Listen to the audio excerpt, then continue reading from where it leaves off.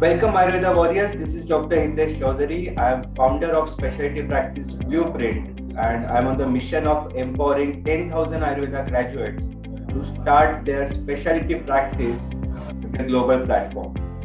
We have started this mission because we want to empower Ayurveda learners so that they should take one subject as their specialty and they should excel with that specialty. That specialty could be the research, the clinical practice, the medicine manufacturing, and so on. But the Ayurveda learners should focus on one specialty and they should start their journey so that they can have the bigger success, the bigger achievement with that specialty. So we have started a series of interview called as Disha, the Pathfinders in Ayurveda, who has already excelled with one specialty and has created the imprints globally with this journey of their specialty practice. With this series, today I am introducing our guest lecturer, Dr. Rohit Sane sir. I welcome Dr. Rohit sir here. Thank you. Thank you very much, Dr. Hitesh. Yeah. So, just to tell in brief about Dr. Rohit Sane sir, he is from MBBS background, but he has created a brand, Madhovbag, which is multi-speciality cardiac care clinics and hospital. He has started this. The foundation was started in 2006, and his father is, we all know about him. He is the great Ayurveda practitioner. He was Dr. Madhav Sane sir, and with his name he has started this brand Madhovbag. And today he has succeeded to establish the cardiac care clinics, more than 260 all over India, and he has already set up the two big hospitals of cardiac specialty in Maharashtra. So मेरे दिल में बहुत सारे सवाल है उनसे पूछने के लिए, क्योंकि एक अकेला person right from MBBS background, but he has created a big brand, maybe in crores the worth value, and still with only one specialty he was able to succeed in that. So ये सब कैसे possible हुआ? तो ये आपके दिल में कुछ सवाल है, कुछ मेरे मन में है, so आइए जानते हैं उनसे ही.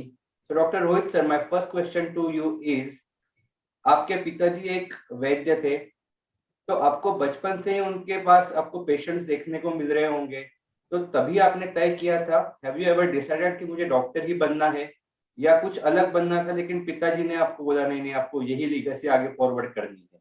So how was it started?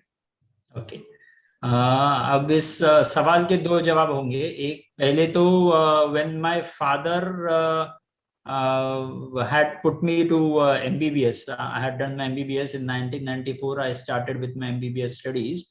जब MBBS को मुझे एडमिशन ली थी, तब कई लोगों ने डैडी को पूछा था कि अरे आप तो आयुर्वेदिक हो, तो इसको MBBS को क्यों डाल रहे हो? तो उनका ये जवाब एकदम क्लियर था कि उसको आयुर्वेद की प्रैक्टिस आगे करनी है, इसके लिए उसने MBBS सीख करके आना है. क्योंकि MBBS में जो डिटेल्ड नॉलेज मिलेगा, वो डिटेल्ड नॉलेज लेने के बाद आयुर्वेद के प्रैक्टिस अगर करेगा तो उसको ज्यादा माइलेज मिल सकता है, ज्यादा कवरेज मिल सकता है, ज्यादा नॉलेज मिल सकता है. तो ये थॉट उनके दिमाग में था. अब ये हुई उनकी बात. अभी आपका सवाल जैसे था कि मेरे दिमाग में था कि नहीं, एब्सोल्युटली नॉट. जब मैं छोटा था, till 7th standard, I was not at all a bright child. Ulta, you could call it as I was a person who was absolutely very difficult to pass his normal final exams also. So that was a pathetic childhood for me, where studies were absolutely a nightmare for me. I would never look for any kind of studies as such. So if at all you go back into my childhood, I was never a bright child at all. So till 7th standard, it was a nightmare for me to study. But after 8th, 9th, 10th standard, I survived to a good extent. And the basic reason for me to survive was my Sanskrit language. And my father had changed my school from 7th standard onwards in a different school where Sanskrit was available. And that Sanskrit plan was there in my father's mind keeping Ayurveda in coordination in my future life. So if at all you talk about my father planning for me to become a doctor in the future, yes, he had a plan which he did not reveal me at any moment. But asking about me, if at all I had a plan of becoming a doctor in my future plan, not at all. Never. Okay. I had no idea about it. Even though when I was completing my MBBS, still at that moment also, I had no idea whether I would be entering into Ayurveda or not. I was just enjoying my undergraduate studies and was freaking out like anything. After 2004, when my father expired, I completed my MBBS in the year 1999. But after the year 2004, when my father expired, I became a bit serious and started adopting Ayurveda like anything. And then I came into full-fledged into Ayurveda and started researching. So that was the story. Okay, okay. So once again, it is proved the backbenchers create the history. So you are again the living example of that. But not necessarily like everyone should be the backbencher, but anybody can create the history. Okay, sir. So yes, so your father was the visionary, and he had a great vision to start your journey in Ayurveda. But why cardiac specialty, and why why you have given this such a professional and a commercial angle, like building a brand in Ayurveda, because you are a practitioner, so you can start your practice anytime. And I know that you are doing it, but you can tell me more about it. But why to create a brand in Ayurveda in one specialty? Where I had passed out my MBBS. After passing out my MBBS, I had a deep interest in cardiology, because when I was with my father for all those 2-3 years, I could see that the most of these patients coming down to father's clinic were related to heart patients. My father was an eminent Ayurvedic cardiac physician and he used to treat heart patients like well. Now, in this case, when I learned a lot about cardiology, what I saw was, if at all these patients are mentored well for diet, mentored well for exercises, mentored well for panchakarma, these patients would show much more amount of improvement as compared to allopathic science. Now, when this thought was very clear, I had patented the whole Sampurna Hruday Shuddhikaran therapy, which I had created in the year 2001 itself. After creating this intellectual property, I was quite damn confident. I was a bit overconfident about myself. And at this moment itself, the time played a good game with me, in which in the year 2004, my father suffered a heart attack. After this heart attack, about 17 days he was there in the hospital, in which in series he received 3 heart attacks, as well as renal failure, as well as he was in comatose position for all those 13-14 days out of those 17 days. So all those 17 days I was with my father besides his bed, doing all those emergency procedures what a normal allopathic person does. In spite of doing all these things, my father did not survive all these problems, and at the end of 17th day he expired. This is where the point struck to my mind, that even after doing all these curative procedures of modern medicine, I could not help my father. So that means I have to prevent the disease instead of treating them in the late phase. There is where the whole point started, that if at all मैं अगर मेरे पिताजी को बचा नहीं पाया हूं, तो तभी मैंने वो कसम ली थी कि अगर मैं मेरे पिताजी को नहीं बचा पाया हूं, तो अब ये मेरा धर्म है कि मैं दूसरों के पिताजी को फिर से कोई तकलीफ नहीं होने देनी चाहिए. ये मेरा टारगेट मैंने बना लिया था.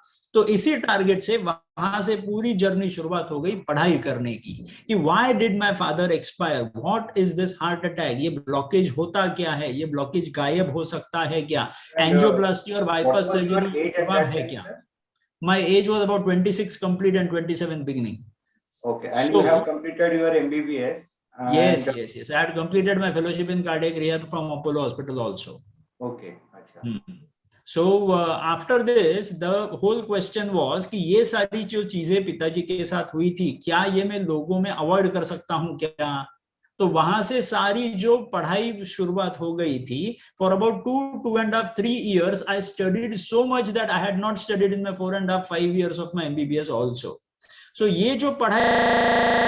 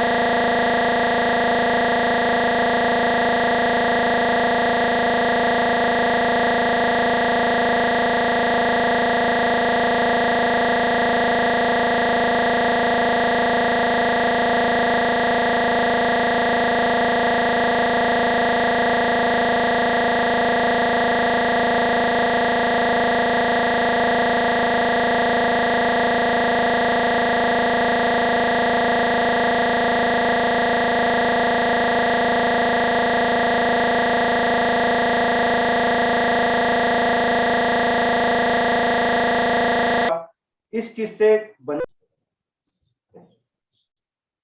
According to me, there are basic three reasons why Ayurveda has not been the first line of therapy. The first reason is lack of parameters, lack of measurable parameters. Right now, if at all a patient joins up with an Ayurvedic therapy and he asks the doctor that how much have I progressed in my treatment whole process, in the journey of my treatment, how much have I progressed? कितने टके से मैं ठीक हुआ हूँ?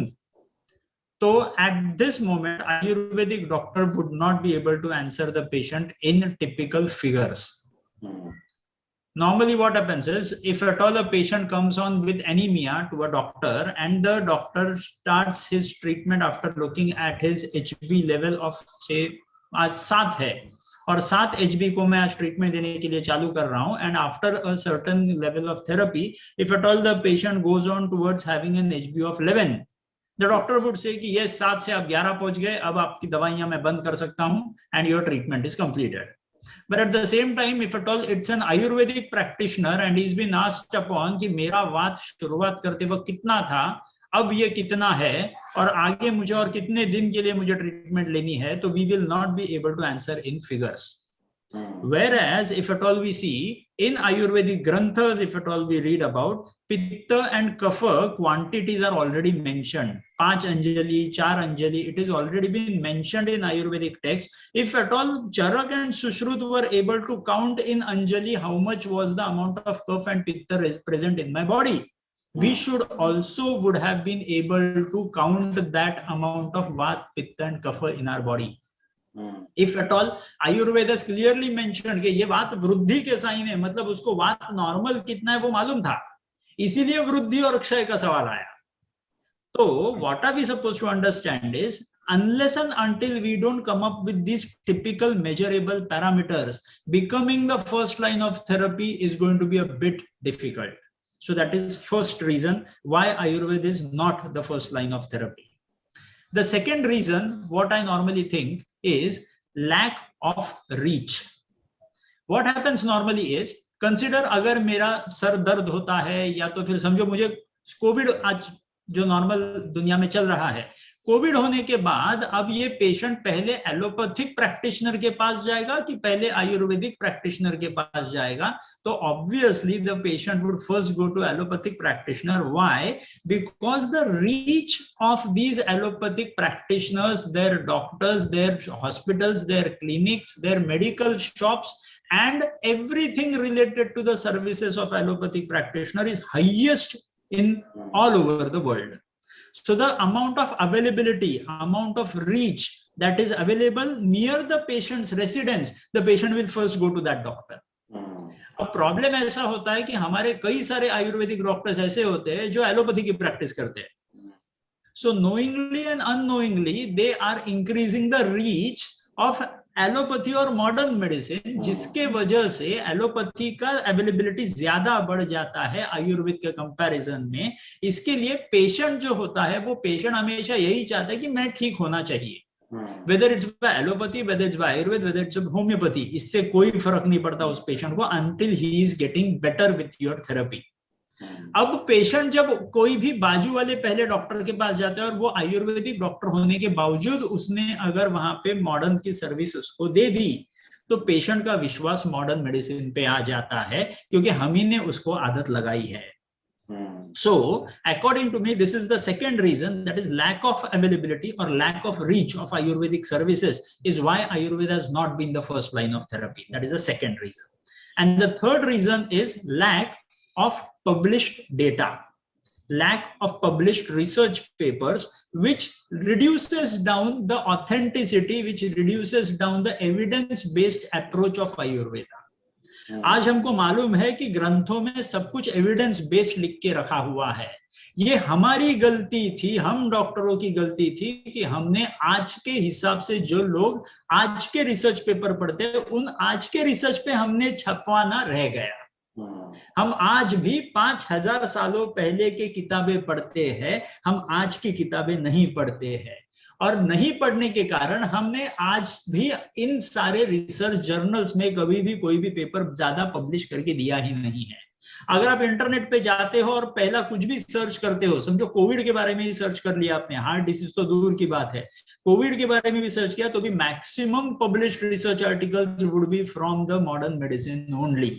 ये तो अब नया रोग है, इसमें तो हम लोग आगे जा सकते थे, ये भी हम आगे नहीं गए हैं क्योंकि हमने यहाँ पे कुछ रिसर्च किया ही नहीं है।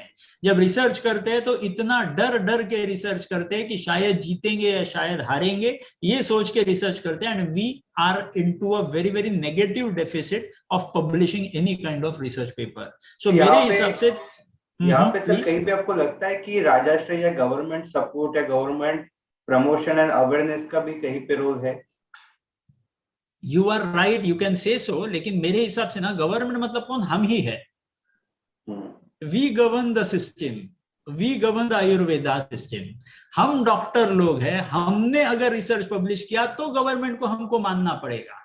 आज माधव बाग को मानते क्यों है, क्योंकि आज तक हमने 150 रिसर्च पेपर पब्लिश किए हुए हैं माधव बाग के सारे थेरेपीज पर। तो लोगों को, दुनिया को, गवर्नमेंट को ये मानना पड़ता है, इंश्योरेंस कंपनीज को ये मानना पड़ता है कि ये therapy is working very well equivalent to that of allopathic therapies. So मुझे बताना यही है लोगों को कि हम हमारी जिम्मेदारी लोगों, दूसरे लोगों पर डाल सकते हैं, जैसे गवर्नमेंट पे डाल सकते हैं, भगवान पे डाल सकते हैं, समय पे डाल सकते हैं, लेकिन आखिर में जिम्मेदारी हमारी है। जब तक हम अपना कदम आगे उठा करके अपने रिसर्च पेपर्स पब्लिश नहीं करते हैं, तब तक दुनिया अपने को भाव नहीं देगी। आज दुनिया ऐसी है कि तुम नहीं आओगे हमको ट्रीट करने, निकल जाओ, हम दूसरों के पास जाओगे। आज availability of medical services is improving day by day. Online services जब आएंगे तब तो डॉक्टर की कीमत और भी कम हो जाएगी। तो it's high time now we are supposed to gear up with our Ayurvedic services, publish an number of research papers and prove Ayurveda for the today era. ये आज का एरा जो है, ये सारा का सारा पढ़ के निर्माण किया हुआ सोशल मीडिया का एरा है। Until and unless we don't publish our research papers over there, the world is not going to accept us in the future. So according to me, these three reasons are the most important reasons why Ayurveda has not been the first line of therapy, and Madhav Bagh is fighting hard to work on these three therapies. क्योंकि कई लोग मुझे पूछते कि इतने centres Madhav बाग के निकालने की क्या जरूरत है।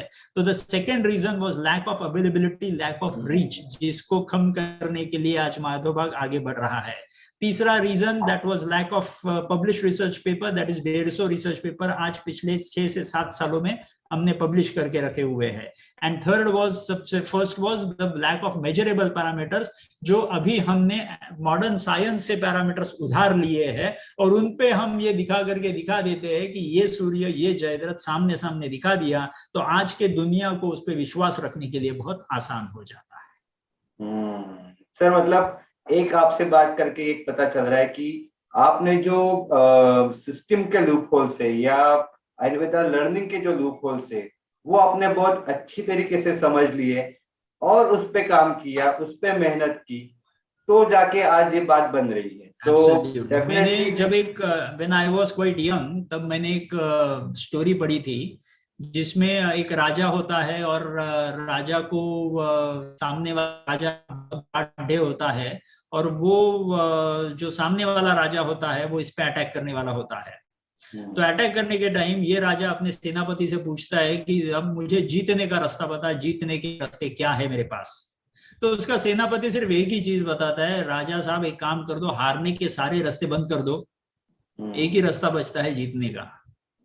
So there is where the whole scene comes in, कि जो जो गलतियां हो रही है उन गलतियों को खत्म कर दो तो सिर्फ सच और अच्छा ही होगा। Very true, sir. With this thread, I just want to mention over here कि we have created this kind of specialty course over here, that is called as a specialty practice blueprint, and it is a pre-recorded videos. It is in the different modules, like how to create your mindset, how to create your system setup, how to create your marketing strategy, how to build your brand, how to publish the research. तो उसमें हमने एक phenomenon बोला है, there is a LIME phenomenon, that is LIME. So that is like learn new things, always keep learning new things, then interpret it, whatever you have learned, just interpret in your clinical practice or whatever specialty you have, then create its pre and post measures. So measures is there, pre and post measures, and then create the evidences, publish it.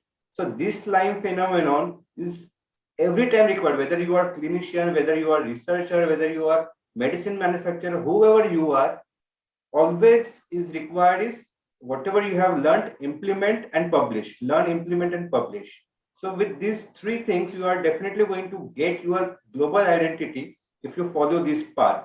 So last question is, if the Ayurveda doctor wants to build his brand just like you, so what could be the three suggestions that you will give him or her so that they can really excel just like you or more than you?